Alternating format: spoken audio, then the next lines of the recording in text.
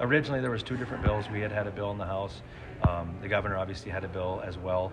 At this point in time, I'm not sure if there's necessarily a consensus. As you know, Stephen, I mean, while bills will be dying through this process, if there's things that need to be priorities, we can continue those conversations, but I just don't think we reached a point within our caucus where there was necessarily a set definition that we felt that we needed to use. At this point in time, we may continue that conversation, but where we are right now, we didn't have consensus. Where are negotiations at with the AEA? Yeah. So I've been having a lot of conversations with the Senate and with the governor. As you know, one thing I think is important, and right now there's a lot of questions around what's going on with SSA, teacher pay, AA.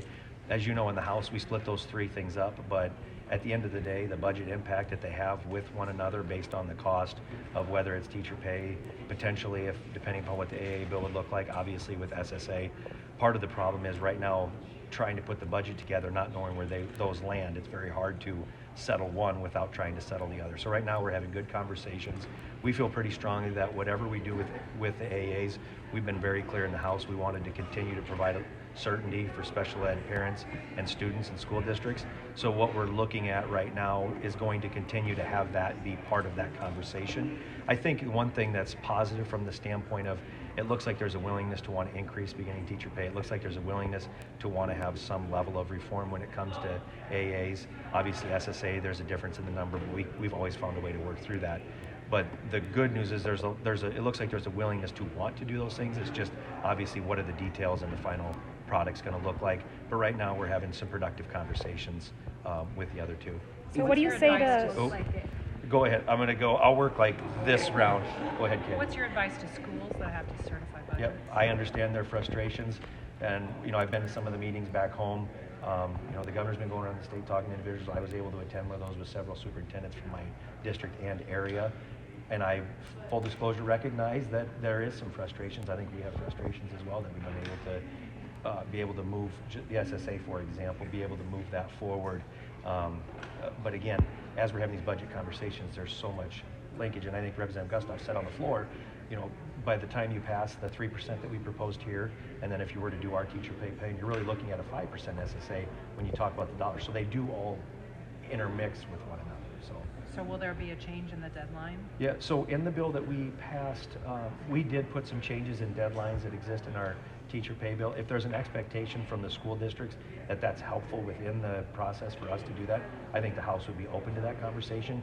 But that's one piece we really haven't had a lot of discussions about. I will tell you that I'm supportive of us doing something in that. I've shared that with the caucus. I think it's something that we should consider.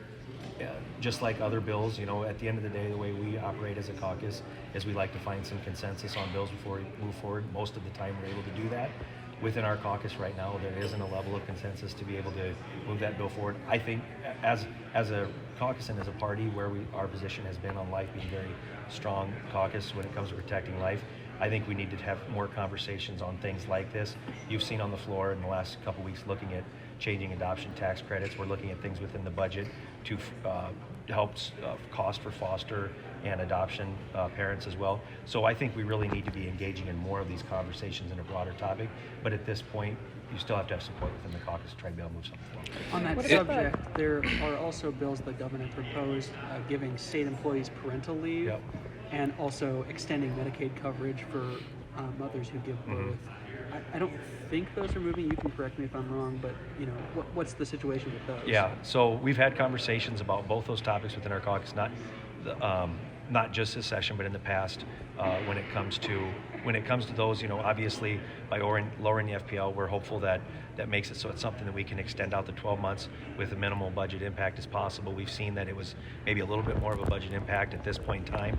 So some of it is just waiting to see what the entirety of the REC estimate looks like before we start making some of those budget decisions, because the extension to the 12 months has more of a budget impact than what maybe we thought at this point. So I don't want to be passing bills that have that level of fiscal impact without having a better idea what our budget's going to look like. So some of that was that conversation, but I also think there's a conversation going on about offering these benefits and what that does in competition to the private sector, because not every private sector employee has the ability to do that. And so those are just some of the discussions that are going on. But the extension to 12 months, that one, a lot of that right now, we're just waiting to see what the budget may look like as we move forward. So is that one alive? sorry.